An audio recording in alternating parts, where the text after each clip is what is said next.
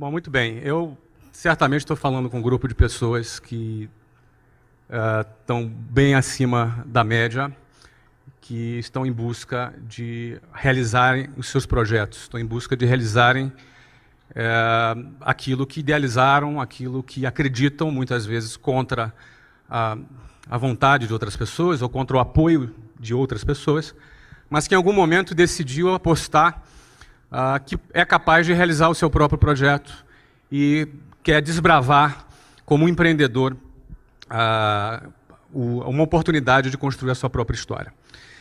Como esse texto do vídeo retratou bem, nós vivemos numa sociedade padronizada. E qualquer iniciativa, qualquer tentativa de sair do padrão, onde grande parte das pessoas são catequizadas a seguirem esse padrão, ela nunca é uma iniciativa que vai ser bem vista ou muitas vezes apoiada por muitas pessoas. Justamente porque qualquer iniciativa que saia de um determinado padrão, ela é vista com certa estranheza, muitas vezes como muito boa para ser verdade, e por aí vai.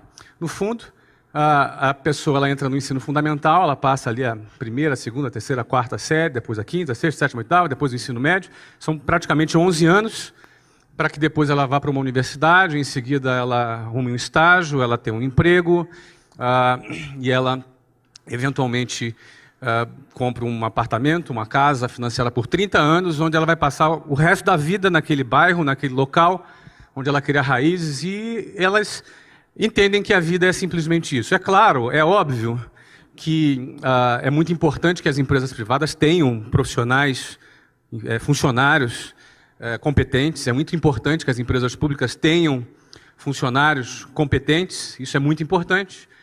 No entanto, o sistema todo ele conduz apenas para essa alternativa. E, na realidade, não existe apenas essa alternativa. Não é?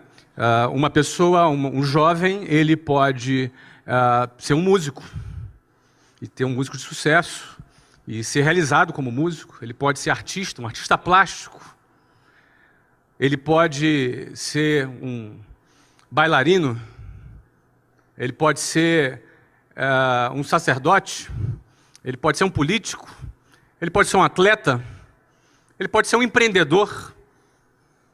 Não é? Ou seja, as alternativas dentro da sociedade são muitas. No entanto, qualquer iniciativa individual que saia desse modelo padronizado, ele vai ser, num primeiro momento, muito questionado. Não é? Muito questionado. E eu quis abrir aqui esse nosso papo falando sobre isso, porque existe uma fase na vida de um empreendedor que é aquela fase que ele ainda não conquistou credibilidade. As pessoas ainda não depositam sobre ela ainda uma grande credibilidade. Então, essa iniciativa de sair do padrão, ela vai ser sempre criticada. Ela vai ser sempre, muitas vezes, até vítima de chacota. Mas o que acontece depois que vem os resultados? Na opinião de vocês? Esse mesmo cara desestruturado, esse mesmo cara, essa mesma pessoa criticada, essa mesma pessoa que foi vítima de bullying, de chacota, essa mesma pessoa recebe os famosos tapinhas nas costas, os parabéns, e aquelas mesmas pessoas que criticaram serão as mesmas pessoas que vão chamar aquele desajustado de visionário, de gênio, o cara. No fundo, essa mesma sociedade que é padronizada é a mesma sociedade que se comporta com essa mesma hipocrisia. Porque, no fundo, as pessoas vão estar sendo valorizadas por aquilo que ela tem, pela quantidade de dígitos que ela representa. No fundo, ela vai ser valorizada pela tag dela, pela etiqueta dela, pelo patrimônio que ela representa. Isso significa a hipocrisia da sociedade que nós vivemos. Porque eu passei grande parte da minha vida morando na periferia do Rio de Janeiro. E era muito comum, na minha rotina, eu gastar 4 horas e meia por dia para ir e voltar para minha casa. Desde a época que eu estudava, longe de casa, desde quando eu comecei a trabalhar numa escola de inglês. Então eu gastava 4 horas e meia por dia com uma sardinha em lata dentro de um transporte público. Seja um ônibus, um trem, eu pegava muito ônibus e trem. Não é? E esse público que frequenta os transportes públicos no Rio de Janeiro é visto com preconceito, gente desqualificada, uma massa sem perspectiva. Não é? No fundo, quando, da mesma maneira que, num determinado momento, para ter um talão de cheque no banco, eu quase que me ajoelhava para pedir para um gerente do banco, quase que pedia, pelo amor de Deus, me dê um talão de cheque, não é? Os mesmos bancos hoje me procuram para me pagar almoço. Antes eu não tinha dinheiro nem para pagar almoço. Não é? Hoje eles me procuram para pagar almoço. Não é? Então, é importante entender que é desse jeito que funciona, é dessa maneira que é. Você não é nenhum coitado se você está sendo desacreditado, se você está sendo uma pessoa que não está sendo incentivada, que não está recebendo eventualmente algum apoio. Não é? É desse jeito que funciona. Quando nós entendemos que é dessa forma que funciona, é dessa maneira que o jogo funciona na sociedade, nós temos um projeto em mente, nós temos um propósito em mente, e entender que é desse jeito que funciona, entender que é dessa maneira mesmo que a sociedade se comporta, te dá força para atravessar o momento do início quando você ainda não conquistou a sua credibilidade. Só que no dia que você vencer e que todo mundo puxar o seu saco, e que no dia em que as pessoas passarem a te dar valor, não é que o teu valor aumentou. O meu valor é exatamente o mesmo de hoje do que quando eu estava dentro de um ônibus lotado, dentro de um trem lotado, quando o trem dava pau, não sei como é que fala aqui em São Paulo, lá no Rio a gente falava que o trem avariava. É assim que fala aqui também? Eu não sei. O trem dava pau entre uma estação e a outra, e a 40 graus do Rio de Janeiro, a gente tinha que todo mundo pular do trem e andar pelos trilhos. Você tem noção do que é caminhar em cima daquelas pedras? Se está 40 graus, deve estar uns 50 graus naquelas pedras. Você caminhava 10 minutos para chegar na próxima estação.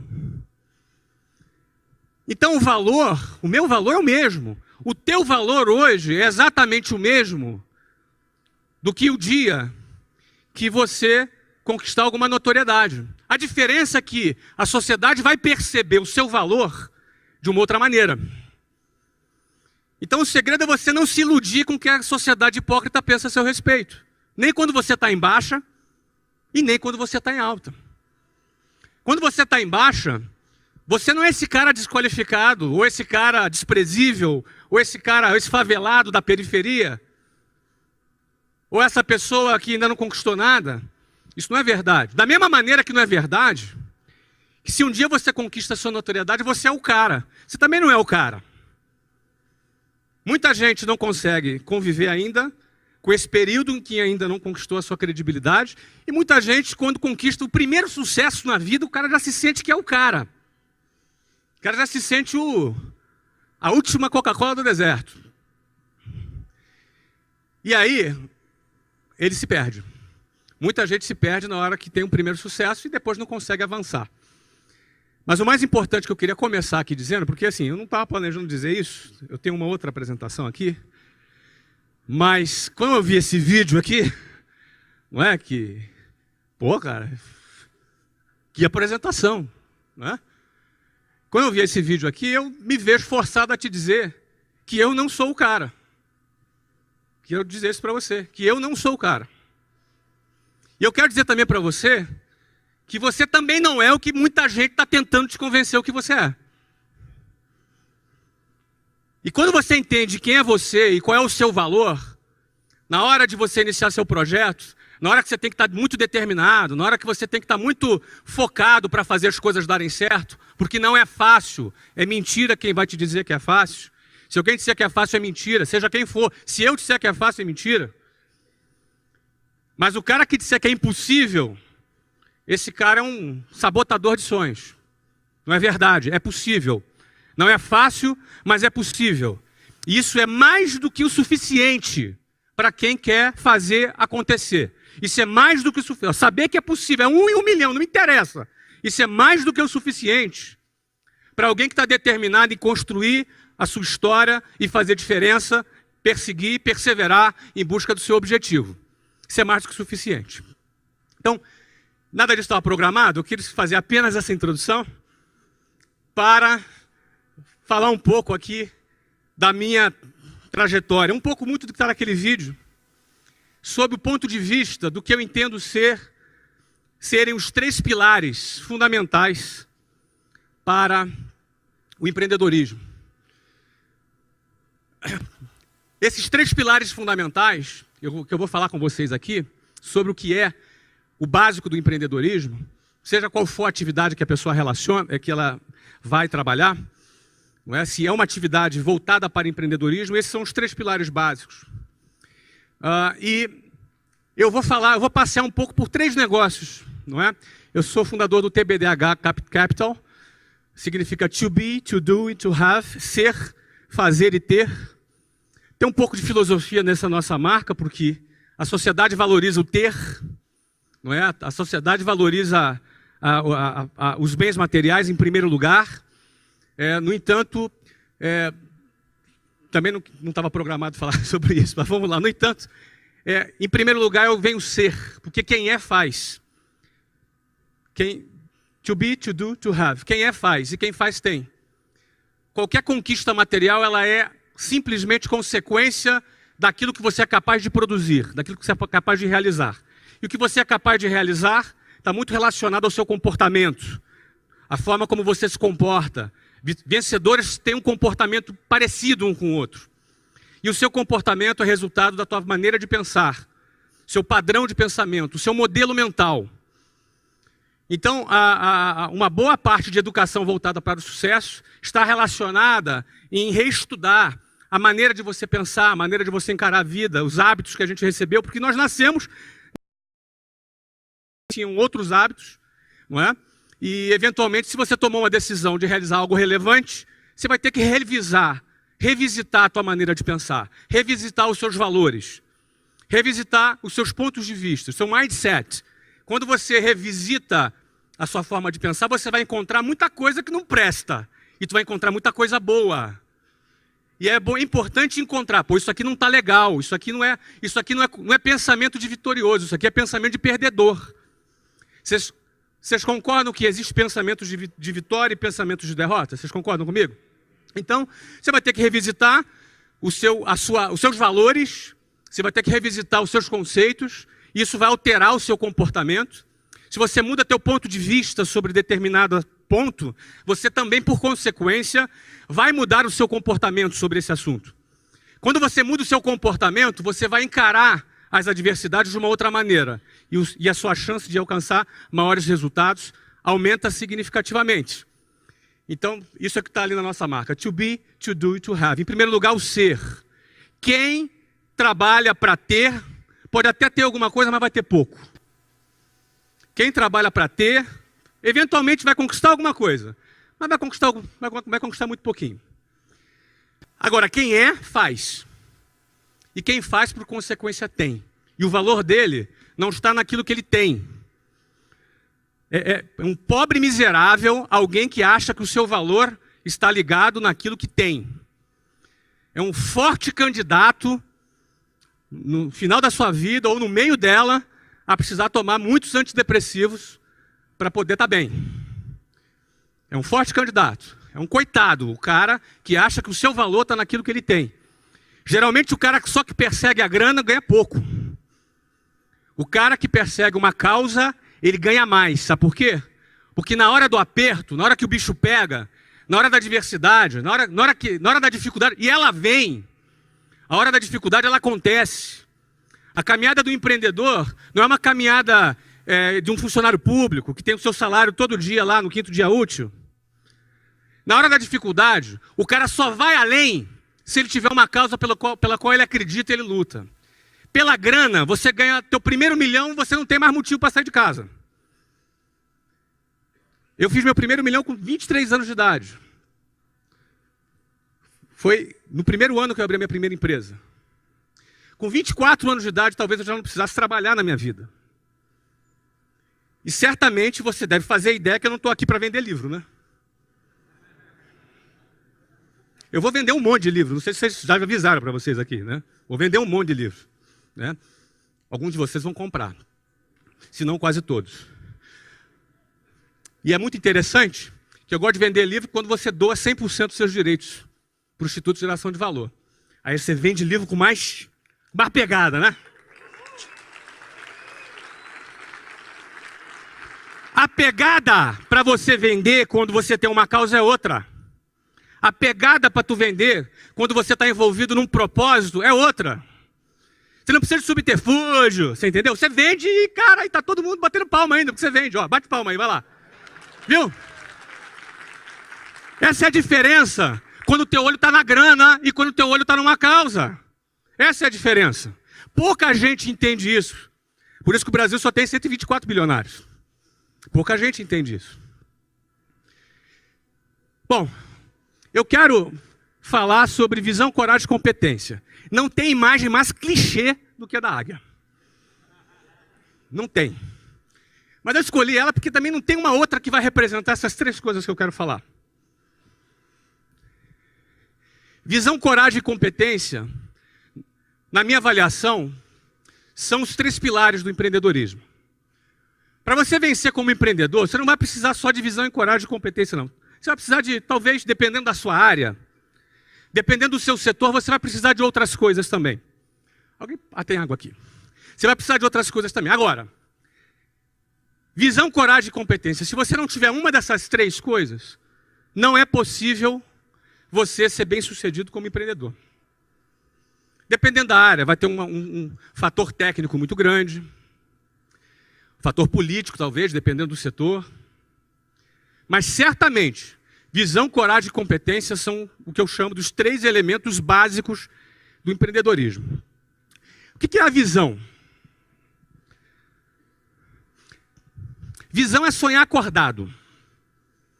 Tá? Visão é uma imagem que o seu cérebro cria, que você projeta, onde você está enxergando, você passa a identificar uma oportunidade, você passa a identificar alguma coisa que ninguém percebeu ainda, mas que você enxerga que daqui a pouco vão perceber. E que quando perceberem, não só você percebeu primeiro, quanto você já está na frente. Isso é visão. Visão é enxergar a tendência antes que ela se concretize. É muito comum aquela frase: eu não sou nem otimista e nem pessimista. Eu sou realista. Falei igual carioca agora, né? É muito comum essa frase. Quem já ouviu essa frase aí? Pois é. Os realistas são muito importantes. Não é? São muito importantes para a sociedade. Porque são eles que compram os nossos produtos. Os otimistas, às vezes eles são meio estrambelhados, assim, sabe? Às vezes eles saem muito à frente. Não é ruim ser otimista, não, mas só ser otimista não é suficiente. Bom, o pessimista eu não vou nem comentar. Mas o melhor de tudo é ser visionário. Visionário é quando você se posiciona e você vai questionar. O cara que enxerga é o cara que questiona. O cara que não questiona é o cara que aceita, segue a boiada, simplesmente, segue o fluxo. Ele aceita, ele não questiona, ele copia a matéria mesmo estando num livro. Não se ofenda se você copiava a matéria. É um exemplo só. Ele faz uma coisa porque todo mundo faz. Não, eu copio porque eu fixo melhor. Tá bom. Aí o que acontece? Ele faz porque todo mundo faz. Ele não questiona. Agora, quando você questiona, você corre risco de ser expulso da escola. É verdade.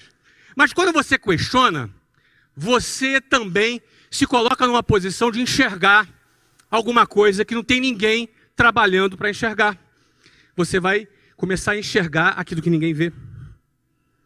Certo? Então a visão é fundamental. Então, por exemplo, já comprou o livro, parabéns. Tá, mas... Bom, e aí o que acontece? Comprou 5 ou 1 só? Bom, o que acontece? A visão, ela é importante. Agora, o cara enxergou a oportunidade. O cara enxergou assim, pô, cara, a internet chegou, tem mais de 100 milhões de consumidores no Brasil de internet, uma oportunidade incrível para se realizar negócios na internet. Ninguém percebeu ainda. O varejo ainda trabalha com altos custos operacionais. eu tenho a possibilidade de desenvolver uma metodologia para vender o meu produto. Bom, ele tem que ter essa visão, concorda? E ele, pô, a maioria não enxergou isso ainda. Ótimo. Agora, só a visão funciona? Além da visão, ele precisa ter o quê? Ele precisa ter coragem. Se você tem uma visão, uma ideia, um projeto, mas não tem a coragem, sua ideia vai ficar na gaveta. E aí você vai ter que conviver com aquela situação. 3 anos depois, eu quase que eu fiz isso aí. Poxa, ia ser legal, né? Porque você não teve coragem. Só ter a visão não adianta. O cara teve a visão, agora ele precisa se mover. Ele precisa ter a coragem. Ele precisa enfiar a mão no bolso. Ele precisa correr algum risco. O que é coragem? Fui para o dicionário. A coragem ela é firmeza de ânimo ante o perigo, os reveses e os sofrimentos. O cara que tem coragem, ele se move sabendo que ele corre o risco de ter reveses, que são perdas, e ter sofrimentos. O cara que não tem coragem, ele enxerga a possibilidade dele ter esses problemas, e aquilo é suficiente para o cara parar. Porque o medo é parte natural do ser humano. Todos nós sentimos medo. Eu sinto medo. Você sente medo. E que bom que a gente sente medo, porque o medo é parte, inclusive, da nossa sobrevivência. Não é? A criança, quando é muito novinha, não tem noção do perigo, ela não tem medo. Você tem que estar de olho. Tem um filho de 4 anos, tem que estar de olho nele o tempo inteiro. Agora menos um pouco, mas quando tinha 2, então, o tempo inteiro de olho nele.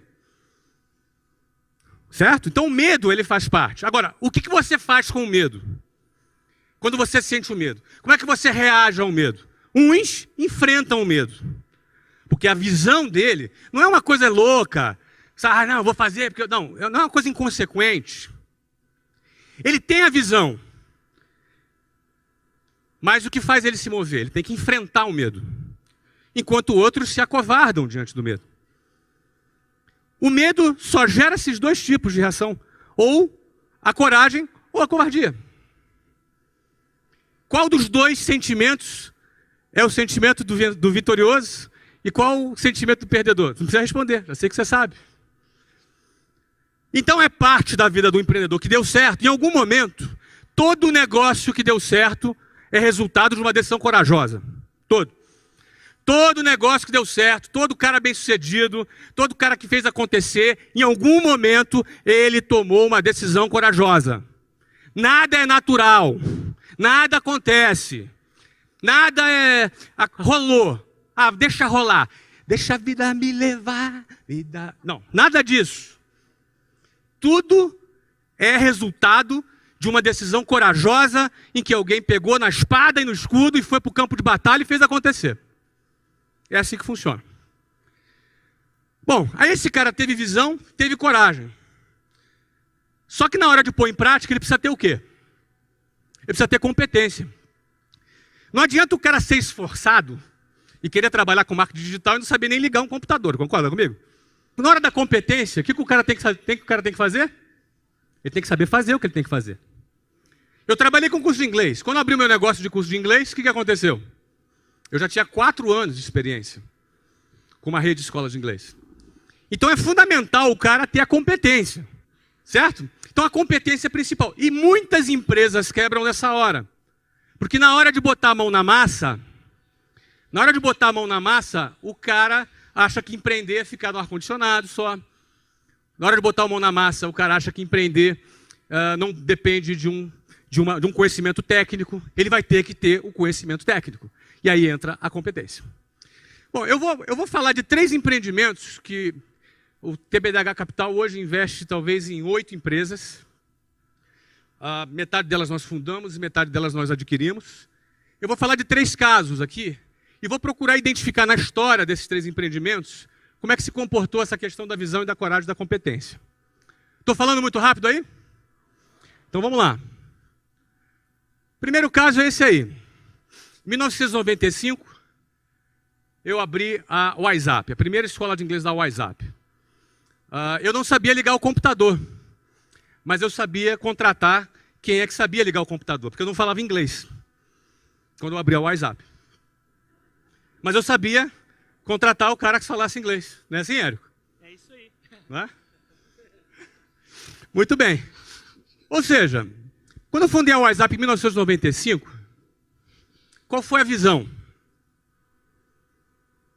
O que me moveu a fazer isso? Engraçado que o que nos move são coisas diferentes em momentos diferentes. No meu caso, foi isso que me moveu. Olha a cara de malandro do cara. Eu tinha 19 anos, a Luciana tinha 16. Essa foto, na realidade, eu tinha 18, ela tinha 15.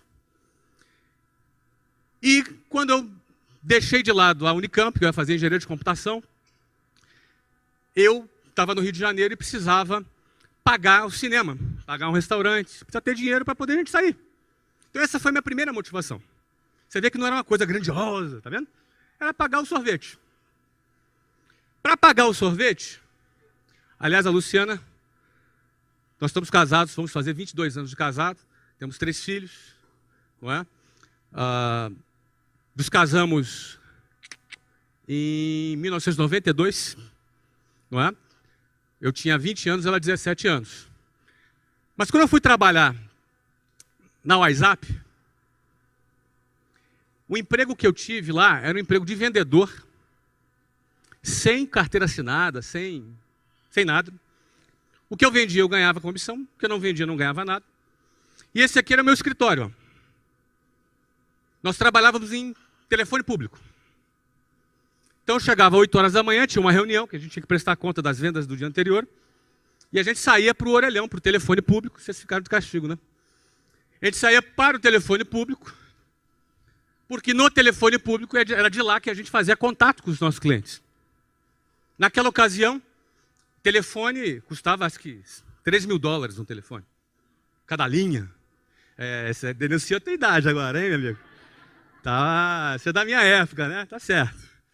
Os mais jovens não sabem o que é isso.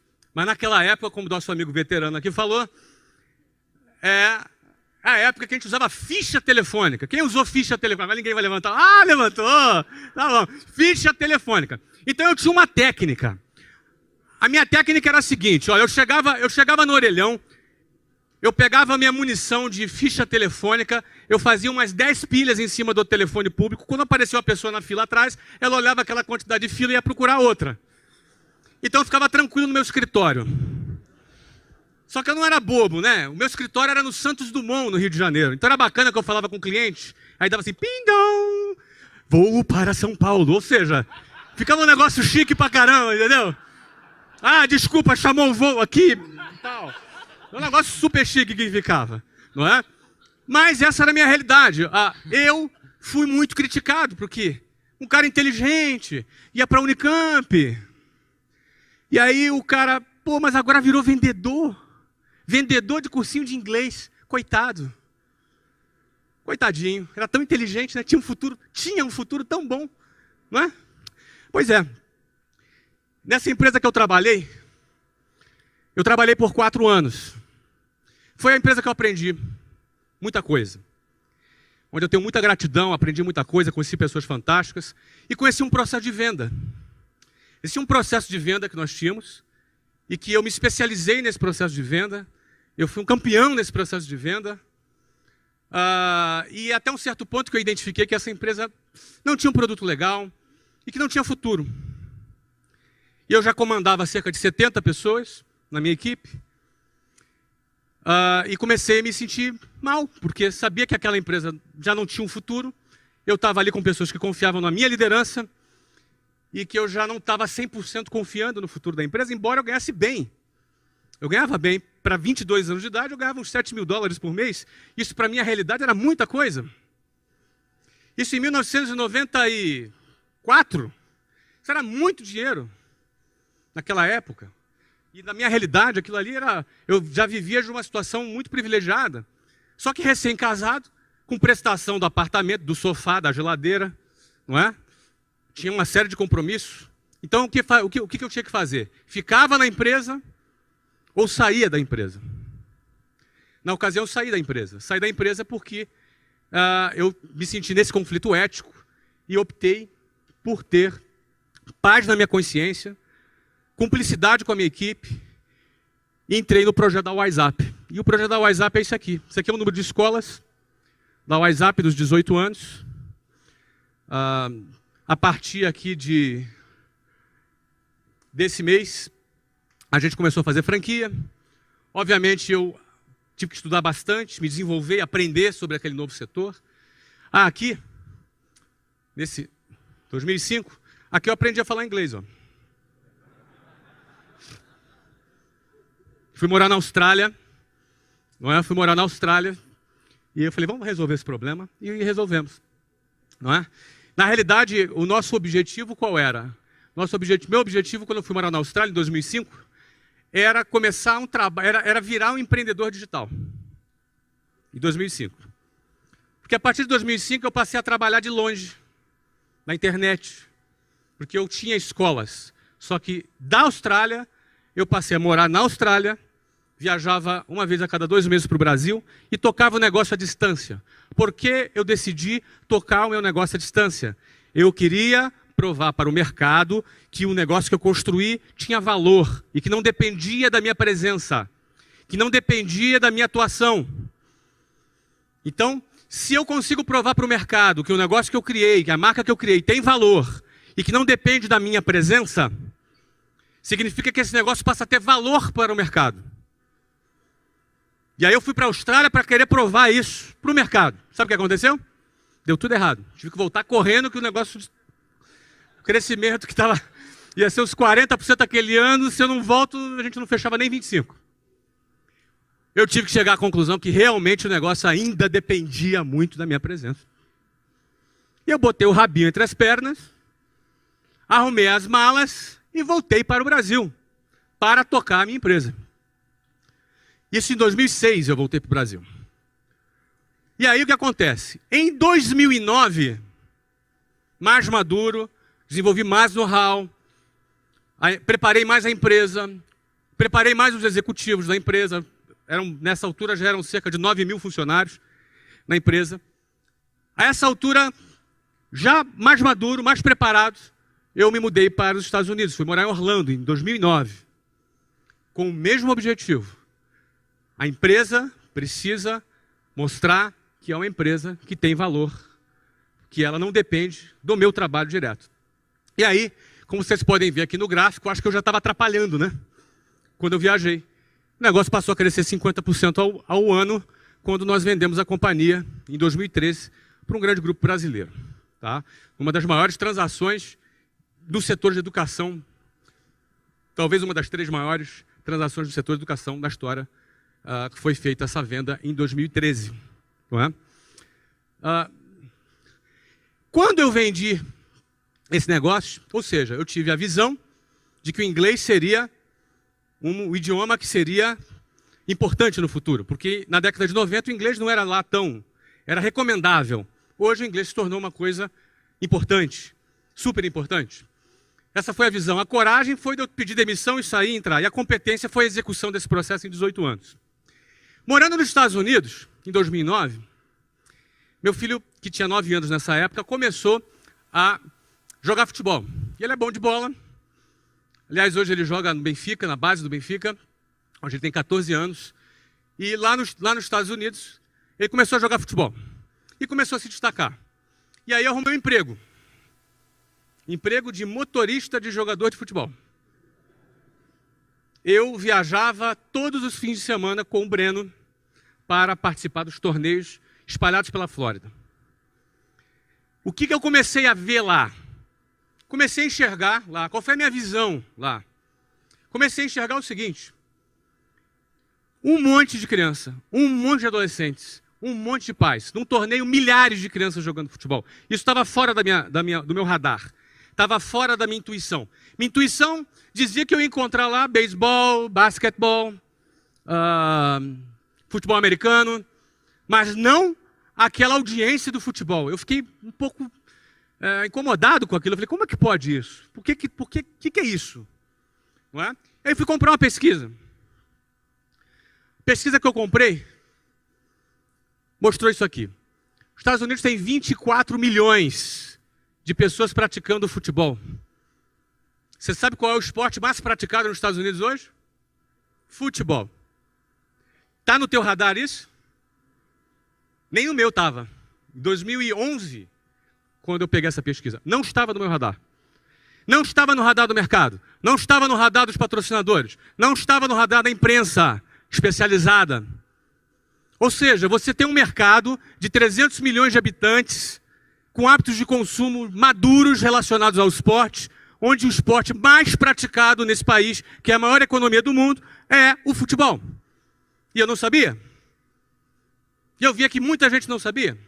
É o segundo esporte preferido do americano até 24 anos de idade. Ou seja, é o segundo esporte. O primeiro é o futebol americano. É o segundo esporte preferido. Ou seja, o futebol até 24 anos de idade está dentro da preferência do americano, acima do beisebol e acima do basquetebol. Primeiro esporte do público latino. São 56 milhões de latinos que vivem nos Estados Unidos. 56 milhões é 5,5 vezes a população de Portugal. Essa é a população de latinos que vivem lá nos Estados Unidos. Tem 21 mil torcedores por jogo. É a quinta maior média no mundo. Perde para a Alemanha, Inglaterra, Espanha e México. Imagina. Você sabe qual é a média do Campeonato Brasileiro? A média do Campeonato Brasileiro são 12 mil torcedores por jogo. Média. A média do Campeonato Paulista são 5 mil torcedores por jogo. A média do Campeonato Carioca são 2.300 torcedores por jogo. A média da MLS, da Liga Profissional, são 21 mil torcedores por jogo. Isso está dentro do seu radar? Não estava no meu. Quando eu me dei conta dessa situação, qual foi a visão? Que o futebol é um fenômeno em plena ebulição nos Estados Unidos, o maior mercado de marketing esportivo do mundo, porém ainda não tinha sido percebido pelo mercado. Logo, ainda não precificado. Oportunidades que não foram percebidas pelo mercado ainda não foram precificadas. O que significa isso? Você comprou um apartamento numa rua. Você pagou 100 mil reais. Imagina essa situação. O número é só para você ter uma referência. E aí você fica sabendo que vai construir um shopping em frente desse apartamento. O que acontece com o preço desse apartamento? O que acontece com quem tem essa informação antes que a maioria das pessoas tenha essa informação? Nesse caso é uma informação privilegiada. Quem tem visão capta a informação privilegiada através da sua visão. O que foi feito nesse momento? Em maio de 2013, ele é Phil Rawlins, ele é um inglês, ele que foi o fundador do Orlando City. Eu comprei o Orlando City por 110 milhões de dólares. Esse investimento inclui a construção de um estádio. Naquele momento, eu ouvi um dos adjetivos que eu mais gosto de ouvir. Qual é? Ei, cara. Poxa, se faz muito tempo que não te chamo de louco, provavelmente você está errando em alguma coisa.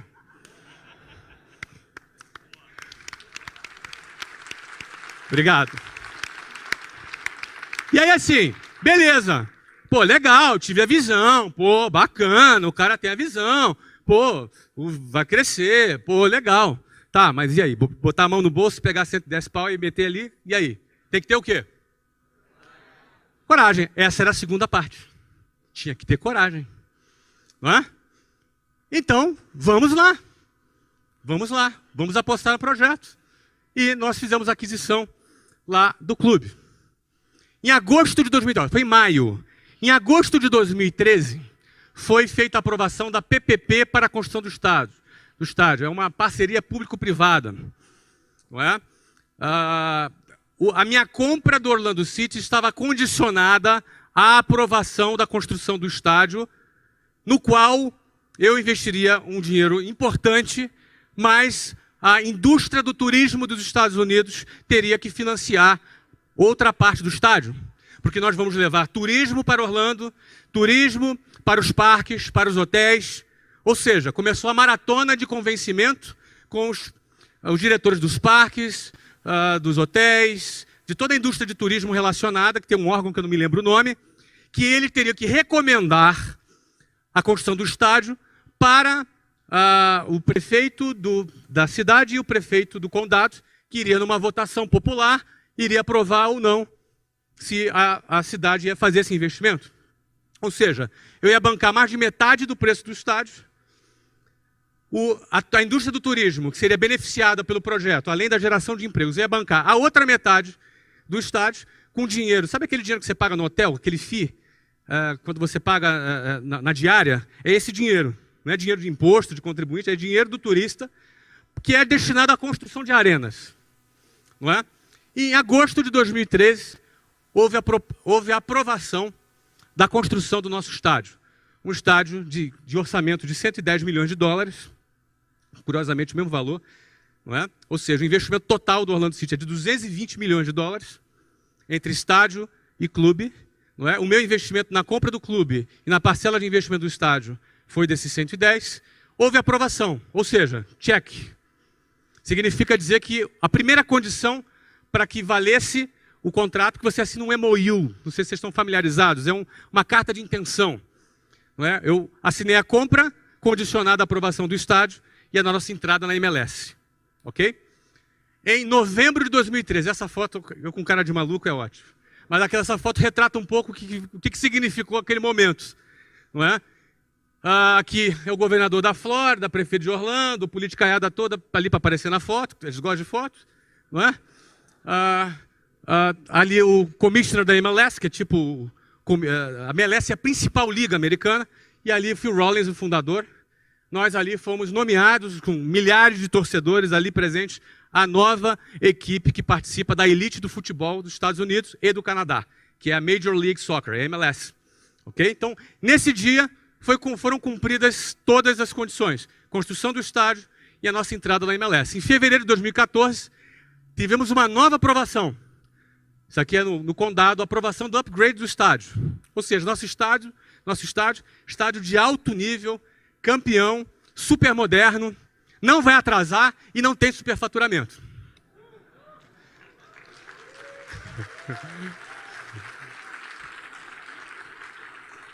Em julho de 2014, duas coisas aconteceram.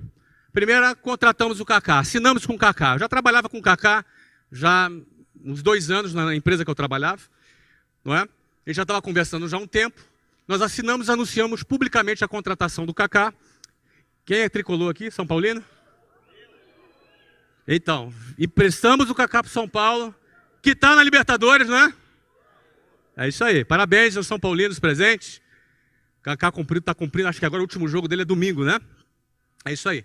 Bom, julho agora, então em julho na Copa, anunciamos o Kaká. E no anúncio do Kaká, olha aí, pasmem, quase 12 mil americanos na rua gritando Kaká.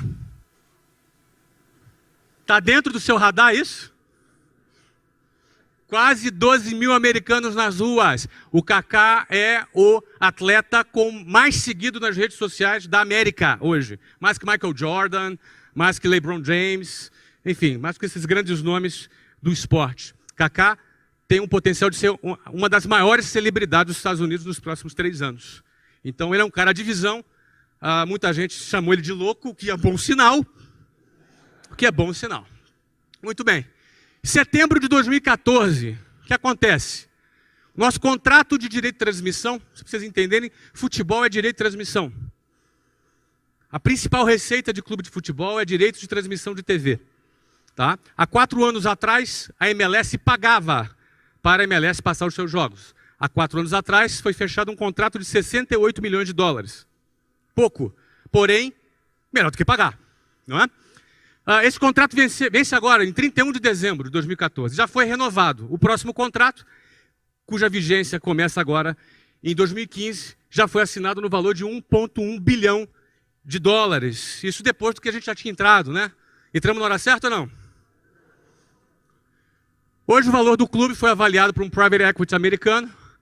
É de 325 milhões de dólares, sem a gente ter chutado a bola ainda, porque a gente estreia em março de 2015. Tá?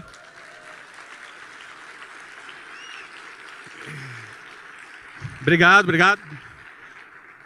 Isso eu só estou querendo retratar o que é a visão, a coragem e a competência. Qualquer negócio, você fala, eu quero vender ovo de Páscoa pela internet. Você vai ter que ter visão, coragem e competência. Em algum momento, se você quiser acontecer na sua carreira, fazer a sua história acontecer, você não vai ter como escapar de ter visão, coragem e competência. Para finalizar aqui, isso é uma startup que foi inaugurada há quase 5 meses. Tem algum aluno do meu sucesso aqui, só para eu saber? Tem, olha aí.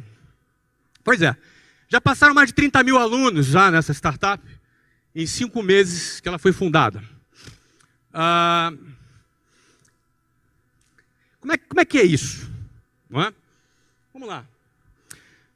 Geração de Valor é um projeto social que já há 3 anos eu me dedico. Eu já gastei 1.900 horas nesse projeto, produzindo conteúdo, escrevendo, produzindo vídeos. Não é? É um projeto que eu respeito muito. É um projeto que eu trato com muito carinho. Acho que um dia só, em 3 anos e meio, eu não postei alguma coisa no Geração de Valor. Tomei um monte de bronca. Não é? Os caras me dão bronca, você ganha um monte de chefe. Tem 2.330 e poucos mil chefes lá. Não é? Então, é um projeto que tem um alcance médio de 10 milhões de pessoas por semana. Eu falo com 10 milhões de pessoas por semana. 10 milhões de pessoas por semana leem o que eu escrevo, o que eu gravo, o que eu falo. Não é? Então, realmente é um projeto que atinge um tamanho que para mim é inimaginável. Eu não imaginava, é um negócio gigante. Isso é só mais uma evidência do potencial da internet. Uma evidência da força da internet, das redes sociais e a quantidade de oportunidades que estão aí voando. No caso, isso aqui é um projeto social. E assim eu o mantenho. Não é? Por isso que eu escrevi o livro do GV, eu doei 100%, porque eu não quero ganhar dinheiro disso aqui. Isso aqui é uma coisa que eu não vou ganhar dinheiro. Por mais que eu seja tentado. Né? Não vou ganhar dinheiro nisso, não quero. Agora, é óbvio, o resultado do sucesso de Geração de Valor, de certa forma, validou uma série de coisas a meu respeito. E de uma maneira, mesmo que eu não estivesse esperando, eu não sei, esse período foi um dos períodos que eu mais ganhei dinheiro. Por isso que eu falo. Não é? Geralmente o cara que trabalha para ganhar dinheiro, geralmente se ganhar, vai ganhar pouco. E se o cara trabalha por uma causa, ele vai chegar mais longe. Trabalhar por uma causa, trabalhando por uma causa, você vai chegar mais longe. Tá? Então, Geração de Valor é uma causa que eu abracei. Tendo contato com essa turma aí, e eu vi aqui que vários aqui são seguidores da página, tendo contato com essa turma, eu comecei a detectar algumas questões que entrou a minha visão. Não é? Primeiro, as pessoas ficavam motivadas com o que eu falava, mas muitas não sabiam o que fazer. Então, talvez 1 ou 2% das pessoas conseguiam pegar o limão que eu distribuía e fazer uma limonada com aquele limão. Talvez 30%, 40% pegava aquele limão, ficava com aquele limão na mão e falava assim, e agora? O que eu faço? Não é? Num primeiro momento eu fiquei um pouco frustrado. Falei, pô, será que o que eu estou fazendo vale a pena? Será que eu estou perdendo tempo? Mas rapidinho eu já cheguei à conclusão que se uma única pessoa for inspirada, se uma única pessoa for encorajada, já é suficiente para valer a pena 1h30 que eu dedico voluntariamente para esse projeto todos os dias. Então já me resolvi. Tá, mas e o que fazer com aqueles outros 30% e 40% de pessoas que depositam a sua confiança na minha liderança, de alguma maneira, num conteúdo que eu produzo? O que fazer? Bom, para resolver esse problema, a gente tem que criar uma empresa, é uma coisa profissional, que vai realizar um trabalho profissional para atender essas pessoas. Então, o sistema de ensino formal é ineficiente. Essa é a visão. E com essa visão, o que nós vamos fazer? Nós vamos criar. Nós criamos uma plataforma que ajuda a pessoa a empreender. Como é que nós trabalhamos isso? Nós entendemos que os melhores professores para ensinar alguém a empreender é um empreendedor. Alguém que deu certo. Não adianta você ir para uma escola de negócios e ouvir um professor falando teoria. Isso vai te ajudar um pouquinho, porque aquela teoria também é importante. Mas ela não é suficiente. Então, o melhor exemplo e a melhor influência para quem quer empreender é ser influenciado e ensinado por quem empreendeu e deu certo. Esse cara tem autoridade para falar. Esse cara tem legitimidade para falar de sucesso. Ele não fala de sucesso como quem leu num livro. Ele não fala de realizar um projeto como quem escutou alguém falar. Ele viveu. Logo, ele tem legitimidade para falar sobre aquele assunto.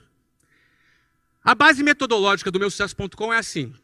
nós pegamos empreendedores de sucesso, grandes empreendedores. Por enquanto, já fizemos 4 estudos de caso. O primeiro foi o meu, fui o cobaia. Não é? Primeiro foi o meu, depois foi o Ari Kozer, que foi o fundador da churrascaria Fogo do Chão. Foi vendida por 800 milhões de reais. O terceiro foi o Geraldo Rufino. O cara foi catador de lixo e tem uma empresa que fatura hoje 50 milhões por ano. É a JR Diesel. Um cara simpaticíssimo. O quarto está sendo o Eloy Dávila. Foi garoto de rua, morou na rua e hoje é proprietário da Flytour, que fatura 4 bilhões por ano. Tá? O próximo vou contar aqui, é segredo. Pode contar, Sandro? Não, o Sandro não vai deixar eu contar, não. Posso? Tá, o Sandro deixou eu contar. O Sandro é o CEO. Balança a mão. Quem conhece o Sandro aí? Olha aí. Olha o Sandro ali atrás. O próximo vai ser o... É Shiba, né? Robson Shiba é o fundador da China Box. Não é? Nós vamos contar a história dessa rede que vale bilhões já também. Não é? O que a gente faz? A gente produz um documentário sobre a vida do cara. Então, o que nos interessa? Qual é o padrão mental daquele cara? Como é que ele pensa? Onde ele nasceu? Como é que a mãe dele tratava ele? Como é que era o esquema? Como é que a irmã pensa? O que o vizinho pensa? A gente vai fazer um documentário em formato cinematográfico da vida do cara. A gente vai fazer um documentário sobre a vida dele. E a gente produz aí, acho que, 2 horas, é quase um longa-metragem, não é? De documentário sobre a vida do cara. Depois de produzir o documentário da vida dele, a gente leva ele para o estúdio, onde o Sandro vai entrevistá-lo num talk show. Nesse talk show a gente vai virar o cara do avesso. A gente vai arrancar... O cara não vai escapar das nossas perguntas, entendeu? Não vai escapar. A gente vai perguntar tudo para o cara. Tudo aquilo que ele não responderia, ele não tem escapatória. Porque a gente quer saber qual é o padrão mental desse cara que saiu do zero e construiu um negócio bilionário. No meio dessa conversa, nós vamos identificar dificuldades que ele teve, inovações que ele criou. E aí o que nós vamos fazer? Trazemos os melhores professores das escolas de negócio para dar aula técnica sobre aquele assunto. Então, se o cara teve uma dificuldade de fluxo de caixa, por exemplo, nós vamos dar uma aula de finanças com base na experiência prática daquele empreendedor. Ou seja, a gente conecta o inspiracional, porque você se inspira com a história desses caras, o aspiracional, porque você quer chegar lá também, e o técnico. Você precisa também do conhecimento técnico que a gente pode ali oferecer. Não adianta só a boa vontade. Você precisa aprender a vender, você precisa aprender a gerir fluxo de caixa, você precisa saber gerir uma série de questões se você quer construir um negócio. Não é? Então, a plataforma, ela trabalha com essa metodologia. E, além disso, a gente promove networking, através de vários eventos que a gente realiza, espalhados pelo Brasil, e também uma rede social onde as pessoas estão conectadas. Não é? Então, essa foi a visão. Nós faturamos 1 milhão em 38 dias. O que significa isso? Isso é um investimento alto. É praticamente uma emissora de TV que nós montamos ali na Vila Olímpia. E nesse momento nós não temos área de vendas. Nesse momento nós não temos nenhum processo de venda. Nenhum funil de venda. Nesse momento nós estamos trabalhando no ajuste do produto. Nós estamos trabalhando na excelência do produto. Nós estamos trabalhando para construir o primeiro portfólio de empreendedores sobre os quais fizemos um estudo de caso. Nós vamos iniciar o nosso processo de venda em janeiro de 2015. Ainda assim, mais de 30 mil alunos passaram pelas nossas salas de aulas e faturou 1 milhão de reais em 38 dias. Quais são os planos para esse projeto? São 50 mil, são simples. 50 mil assinantes no primeiro ano, 100 mil assinantes no segundo, 150 mil assinantes no terceiro. Baseado em que eu afirmo isso? Em todo o processo de venda sobre o qual eu domino, já conheço, trabalhei por 18 anos na empresa que eu construí.